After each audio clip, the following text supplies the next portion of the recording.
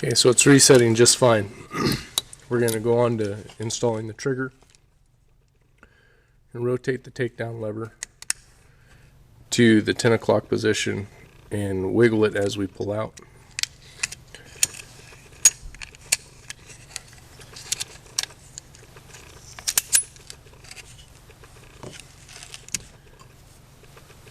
Remove the locking block and trigger pins.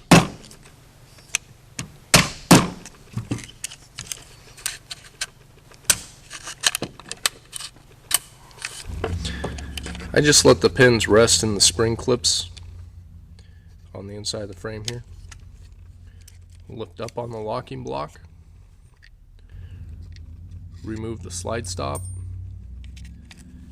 Then if you pull back on the trigger and push up, it'll come out and you can remove the trigger bar from the trigger spring and trigger.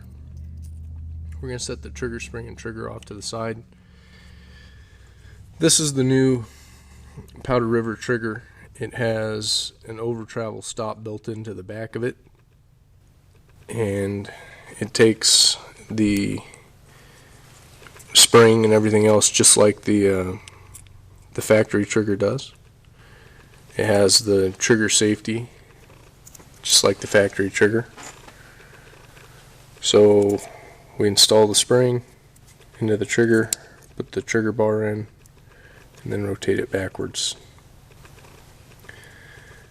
We'll compress the trigger and trigger bar and put the back of the trigger bar in first and slide the trigger into the slot there.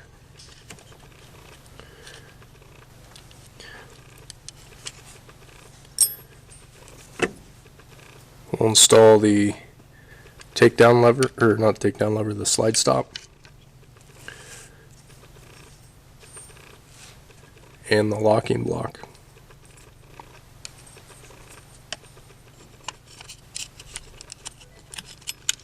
It might help if you lift up on the trigger.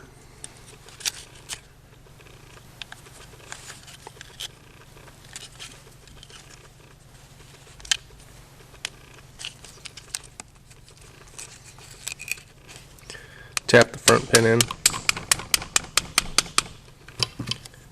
and then the trigger pin. I'm going to move the trigger back and forth to line up the hole. You'll also want to check to make sure that the slide stop is lined up, and it is. And then we'll center up the pins. You'll hear a click. The pins are centered. If you take the takedown lever so it's in the 6 o'clock position, you can rotate it back and forth and install it.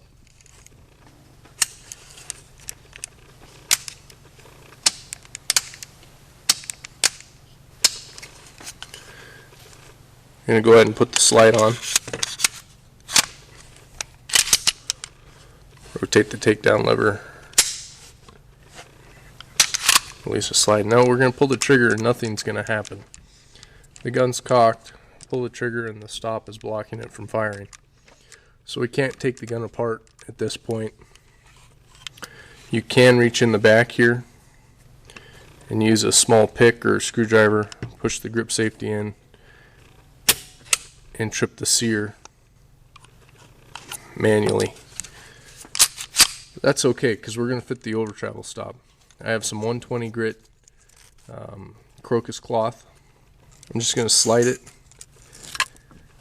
in between the trigger and the frame, and you can put some tape on this part of your frame if you don't want to, if you want to make sure you're not going to scratch anything.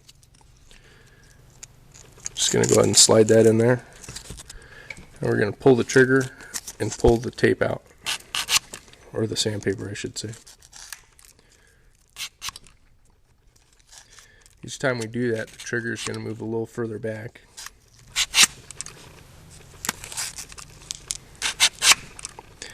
And when it fires, we'll go ahead and stop.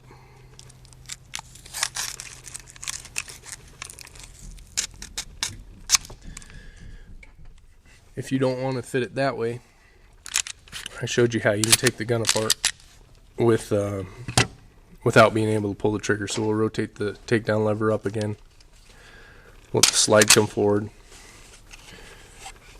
We're going to push the grip safety in and trip the sear. And the slide will come off.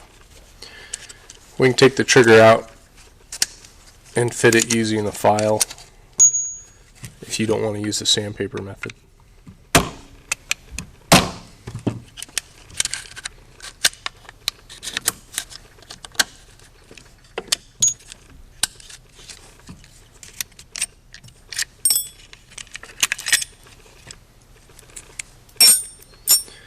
This process is going to be remove a little bit of material, reassemble it and check.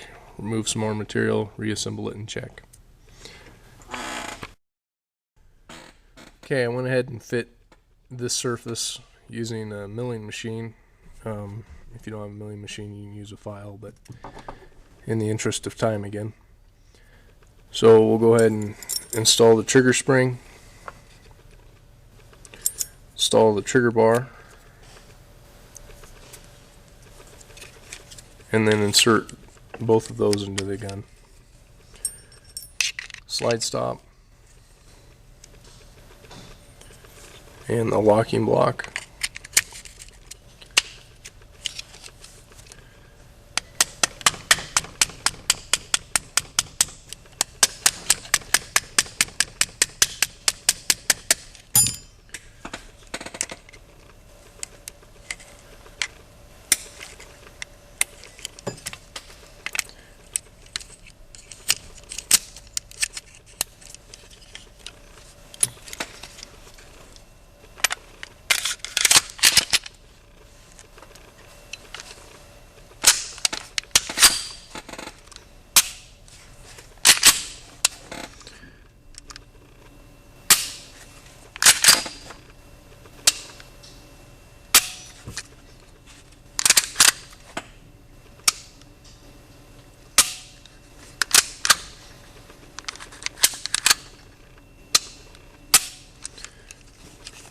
We want to do one more check, and that's to make sure that the gun will fire when the slide is pushed all the way down. There is a little bit of wiggle between the slide and frame, and so we'll just hold the gun and push down on the slide and pull the trigger, and it does fire.